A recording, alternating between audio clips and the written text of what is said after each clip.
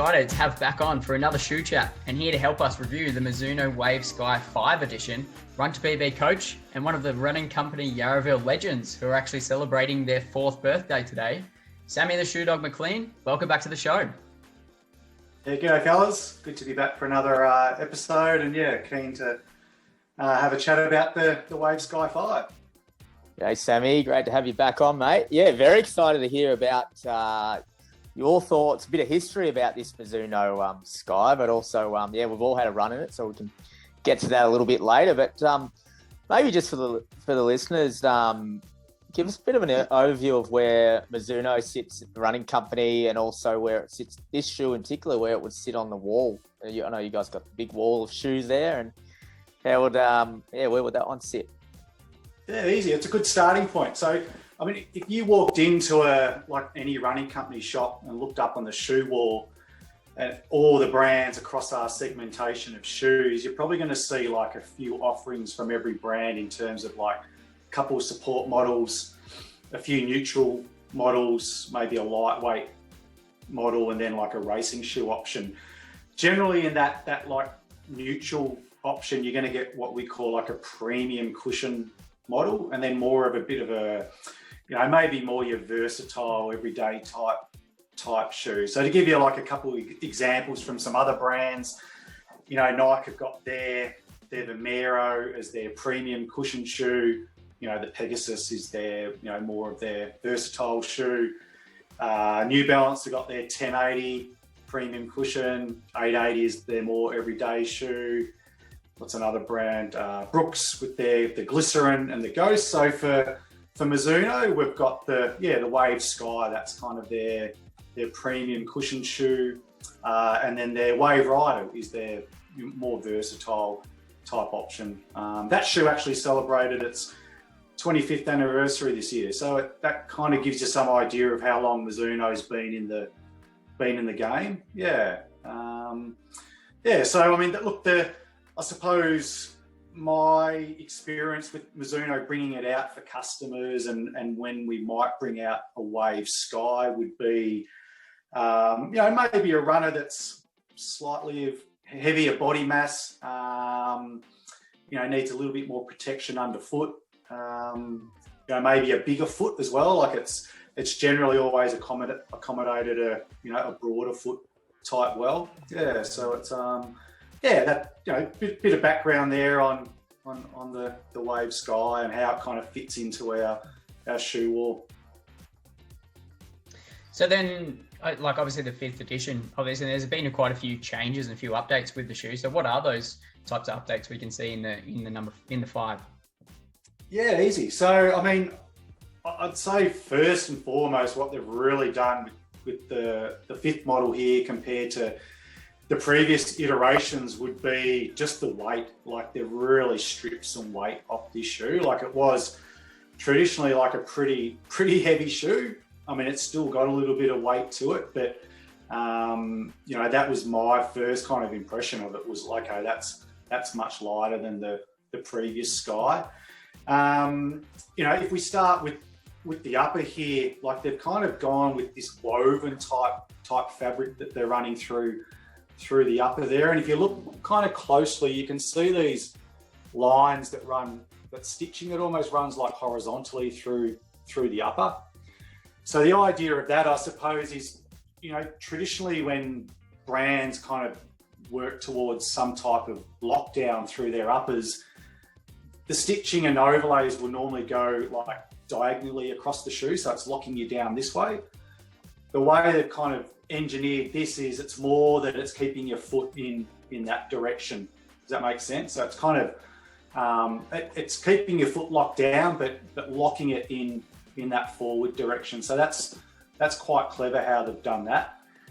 Another I suppose like generic trait of a Mizuno shoe is their wave plate. So you see that through all their models.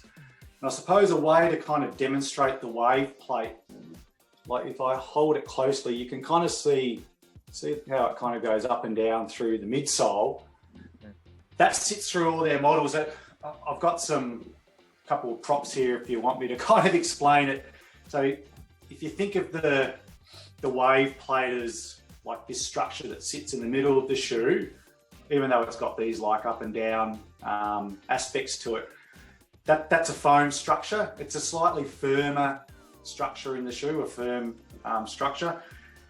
Then you've got like their energy core foam that sits on top of that, and then just their energy normal kind of foam that sits below that. So that's how that kind of midsole's constructed there.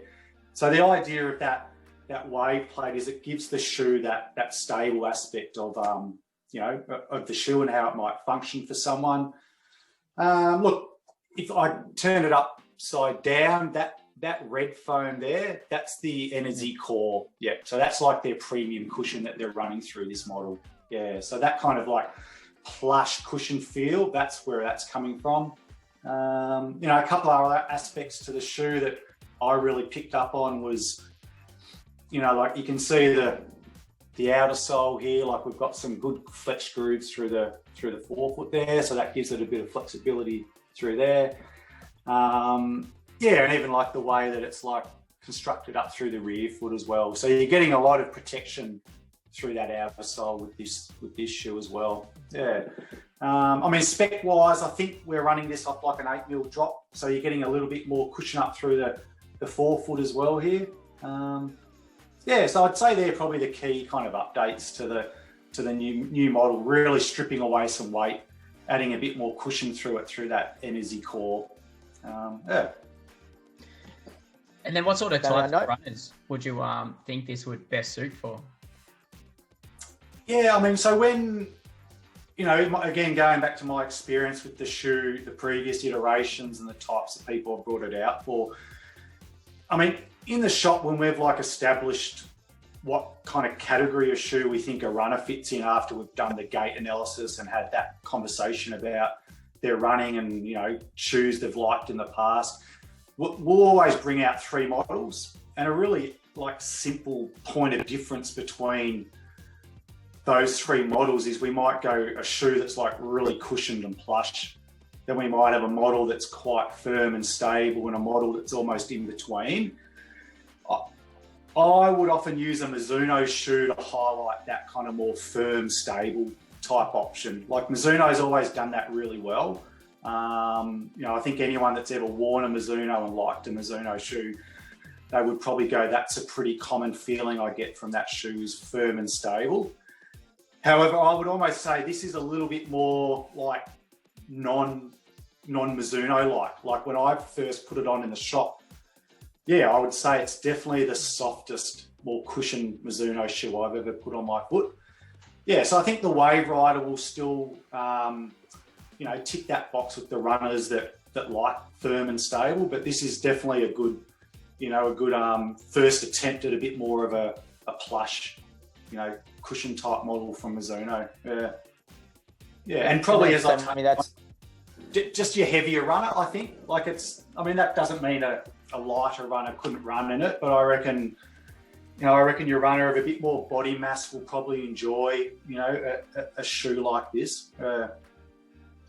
It seems to be a common trend now that the shoe companies are going for all that plush feel. Like I noticed when I put it in, it was pretty straight into it and felt quite comfortable. And I even noticed around the sock liner and the tongue and everything was a bit more padded and more cushioned, so you sort of fit in really comfortable when you slide it on the foot. Is that something? For sure. Like you can imagine on a longer run, it almost becomes a bit more about comfort and protection versus, a shoe being, responsive or light or snappy. So like that, you can really see that nice cushion, heel collar that runs through there.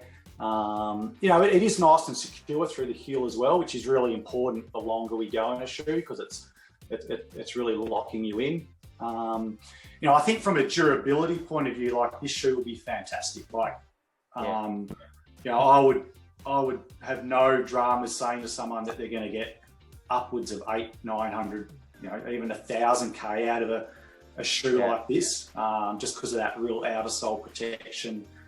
And I wouldn't be surprised if if it's almost one of those shoes where the more you run in it, you almost might enjoy it a bit more. Like it might almost break in a bit more, you know, which again, like we've got a lot of foams these days that, you know, you only get 300-400K out of them and they start to really kind of bottom out. Whereas I don't think that'll be the case with the Sky 5. I reckon you'll be really happy with the durability you get from it. Yeah.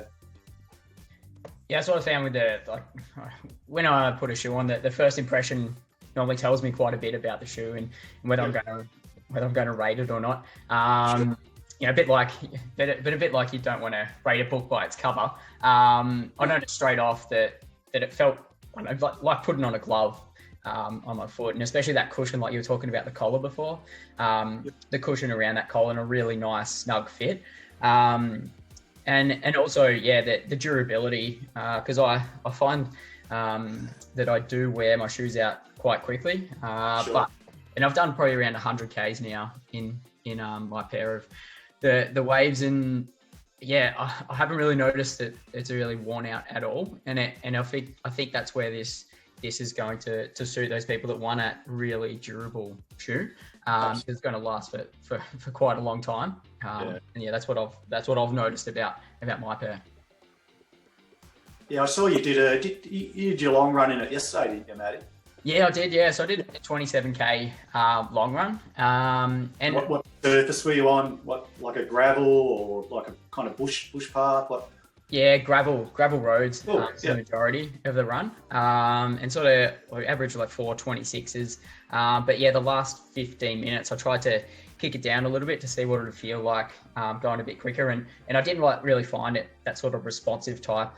So looking at where it would sit in the rotation, I wouldn't be looking to do any sort of pick up long runs or anything like that. Just more that daily trainer type shoe. But yeah, I guess when the first run I did in it, and I think you were talking about it before, I felt really firm, and I wasn't expecting that, mainly because it's just so highly cushioned, I guess. Sure. Yeah. But then the more I've run in it, the better it's felt and the softer it's come on. And yeah, because in that first run, I felt like I was slapping the ground, and yeah, that firmness, and I wasn't really enjoying it. But then the more runs that I've done in it, the more I've liked it. And so, yeah, I think I'll see and add it into my rotation. I probably wouldn't do like the longer 2-hour runs in it, but more like the day after a session, like the Wednesday run that usually hits sort of 80 to 90 minutes. I'd probably looking at doing it there, just because I think it'll save the feet a little bit.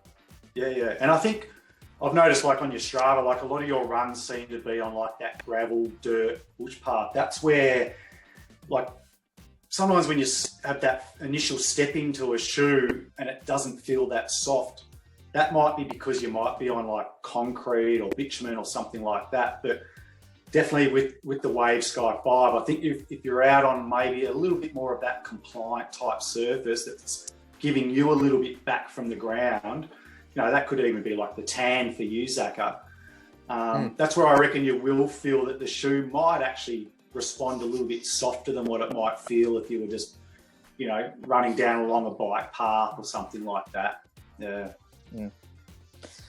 Yeah, like I found when my first few runs, I was actually straight on the hard concrete, and like what you sort of touched on there, it's probably felt better when I've gone where I run the other way. I can get onto some gravel and a little bit of trail, and I felt like it's really stable. It's probably a shoe that, I'm not used to having that stability. You know, previously I've probably felt like a lot of my shoes are a bit more road focused or, you know, on the concrete. So I've enjoyed that aspect of it, and the snug fit and similar to mattress, the more I've run it, the better I've actually felt. So, and it's interesting you mentioned about the durability of it. Like if I look at the soles, like it doesn't look like anything's been, you know, haven't been touched. And it's a good, from what I'm understanding from, you know, your comments there, it's definitely a shoe that's going to get a lot of bang for your buck. Yeah, and you can kind of tell they put a lot of thought into the design process, I reckon, with this shoe. And look, the price point probably reflects that, but I think you're going to be rewarded for a shoe that's going to really last and still feel good. You know, the more you wear it, Yeah. Yeah, no, it was great to give them a go, and a big thanks to Mizuno for giving us the opportunity to give them a test drive.